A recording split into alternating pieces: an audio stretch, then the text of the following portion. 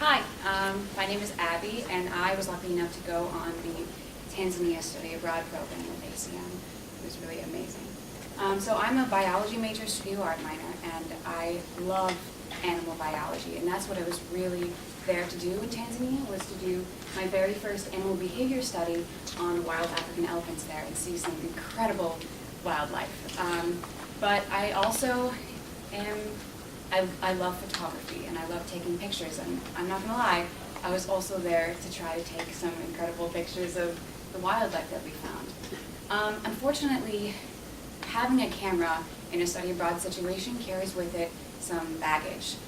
Camera can be used to capture amazing photos, help people learn about the culture that you're studying and living in, but it also is kind of a symbol of tourism. If you're walking down the street with a giant camera, people are going to assume you're not there to experience the people and the culture and where you are. You're there to take pictures and objectify. And I was kind of uncomfortably aware of that, carrying my giant digital camera around. Even having photos taken of myself, there's certain stereotypes and baggage that I had to deal with. Like, for example, am I going to be the wise and lonely traveler looking out on the horizon? And I'm sure a lot of you have seen pictures like this or even been in pictures like this. I certainly am, as you can see. Or maybe I'm a hippie soul searcher with a guitar on a mountaintop singing, look how free and alive I am. Or maybe the lover of native children. You go to a community center and you play with kids and look how immersed you are in the culture.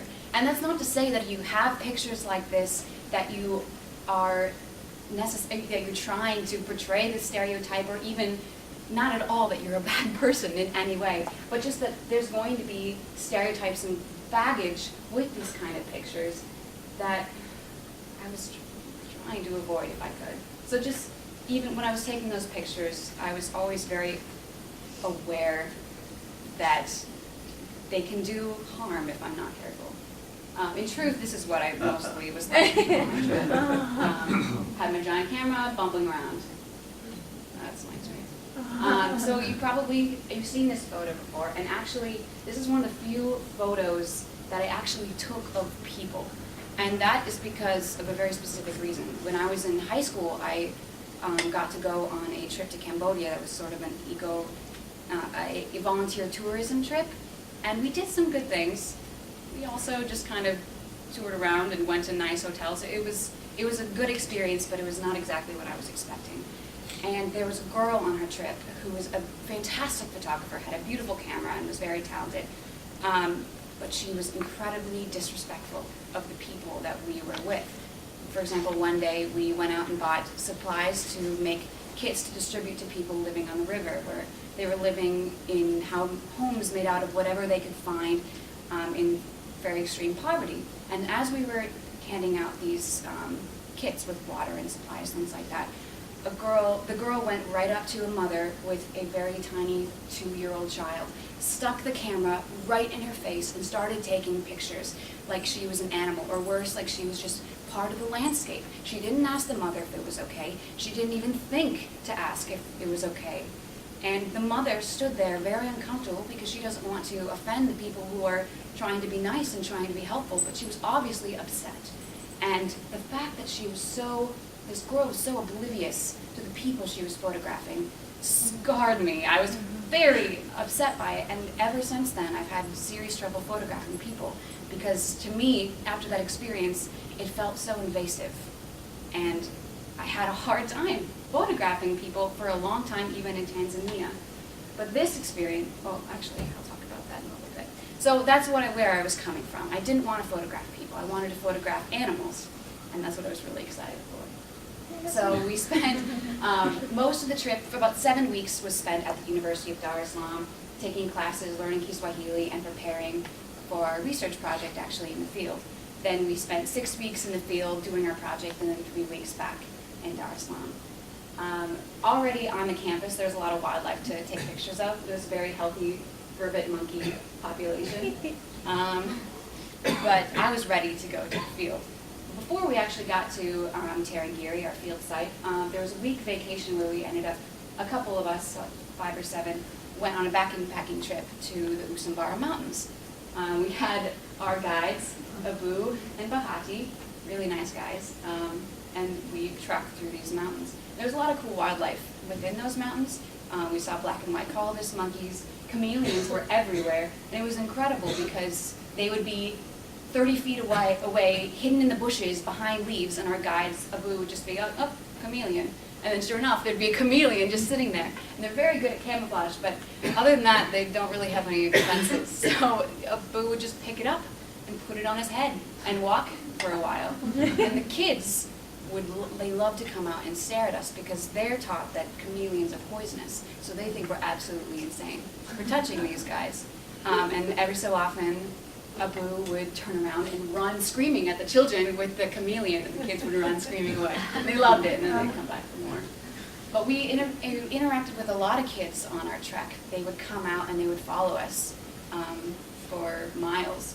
And some of the kids didn't want their picture taken. They ran if I had my camera out because they were taught that if your picture is taken, you can be sold into slavery. But a lot of the kids were so excited. They would come out screaming and they'd say, "Pika pizza, take my picture, take a picture." And I would get my camera out and then they'd immediately pose like, "I don't really want my picture taken, but yes, if you're here, you might as well." And I would take a picture and then I'd show it to them and they'd look around it really excited, and then I'd walk a ways and then they'd ask me to take another one, and I'd turn around and they'd take another one. And kids, it was in fluctuation, like 10 kids would show up, 6 kids would depart, more kids would show up, and then more kids would depart. These girls in specific followed me quite a long way, and finally I was getting really behind because I kept stopping to take pictures of these kids. So finally I turned around and say, "Moja tu, sawa, just one more." And then so they got really excited. You can see they're super sparkly eyed. They're really cute little girls. And I took my picture and showed it to them, and then off they ran. And I realized that taking pictures of people can be fantastic. The secret is that it's a collaborative process, that they want to be involved and that you're interacting with them and sharing with them, and it's not just this invasive process. So I finally got to the field. I saw my first Serengeti sunset. I saw my first elephant, which was really cool. And then this was our actual field site in Tarangire. These were the biology students who went out into the field every day. They're more anthro, but this is the bio team. And then we had our drivers, Walter, Kamu, and Hef, who drove with us every day. And then I did my study on elephants, and we got pretty close for them, which was amazing. So I'm speeding through it, I don't have much time left. I just want to show you, this is Tarangire when we first arrived in the dry season. By the time we left, it was the wet season and it was beautiful and lush.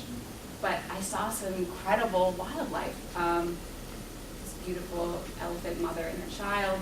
This lion that was just sitting on the side of the road, completely indifferent to us, and stood up and didn't care about us 2 feet away at all, in a safari car.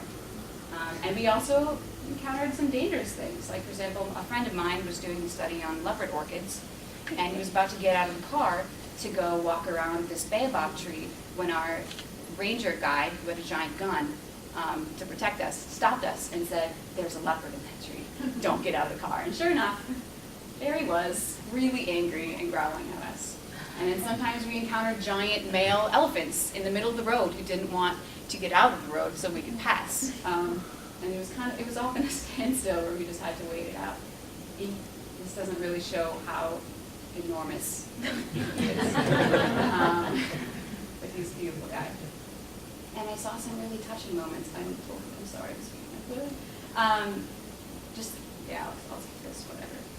But I met some Maasai people while we were there, and they told us about their experience. A lot of Maasai are also uncomfortable with having their picture taken because they're it's used as a souvenir. They take a picture of a Maasai and then it'll be sold on postcards, and people show up at a store and see their face on a postcard without their permission. No one even maybe told them they were taking the photo.